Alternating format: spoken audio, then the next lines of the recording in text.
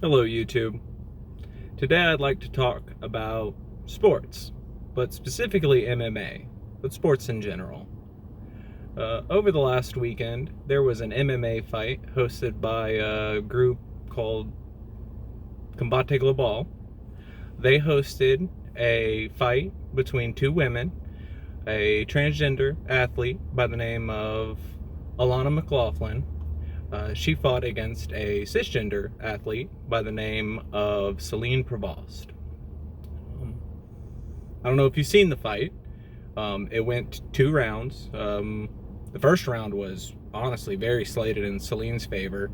There were a couple of times where she had Alana very wobbly on her feet.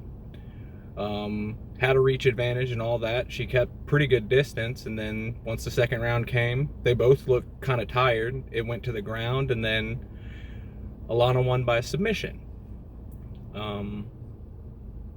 If you've been on the internet at all, if you search for this video, I'm sure you've seen plenty of others taking a very unfortunate but expected take on this fight. There's plenty of people, throwing around what you would expect. Oh, she used to be a man, or constantly referring to in-fight commentary, referring to Alana as he or him.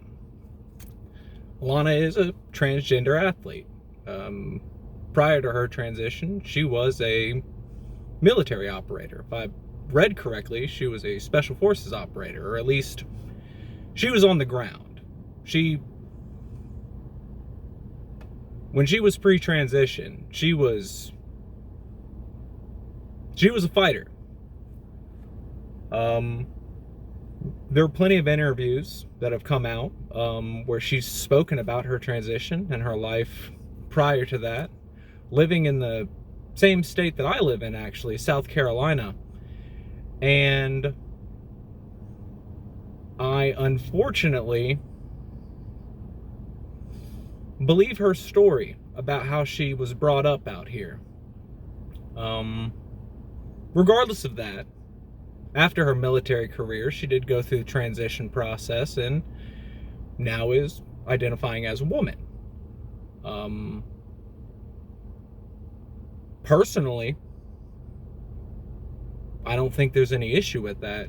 I really feel like the main complaint out of people is that it's a sport. Specifically with it being MMA, people have this understandable concern regarding physicality between the genders, or the sexes, I should say. Seeing as Alana was born as a man and went through male puberty, there is an idea that, just going through that process would have made her bones stronger, tendons stronger, things like that, and there is scientific data to back that up. But what I find really funny about this is the picture that's being posted as sort of it almost seems like a gotcha. They're posting a picture of Alana pre-transition and post-transition. Now, frankly, I don't know what her name was pre-transition. I'm still just going to refer to her as Alana throughout the rest of this. But the pictures are being posted with similar commentary on almost every profile I've seen about, oh, look at how big this man is. Now she's transitioned. You got beat by a man.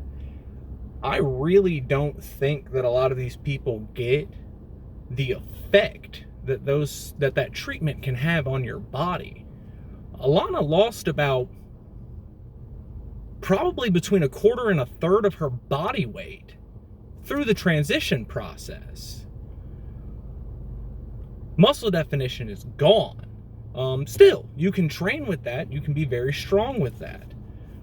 What I do find interesting about this, and honestly I think it's a little bit of hypocrisy about it in general, when it comes to the fight game, you go under contract. You agree to the fights that you have. Celine Provost knew that Alana was a transgender woman and agreed to the fight. That's it. If her company agrees and she agrees, there's no problem. It has been 4 years since Celine Prevost was last in the ring and came up against a debut athlete. I think that it's too early to tell how this will affect the game in general. If you look at the last time there was a transgender athlete fighting in the UFC, I believe her last name was Fox. She's retired now. She didn't even get a championship belt. If you really think that this is going to be such a detriment on women's sports, where's the proof? Beyond the transgender women in sports, I think that's what everybody focuses on.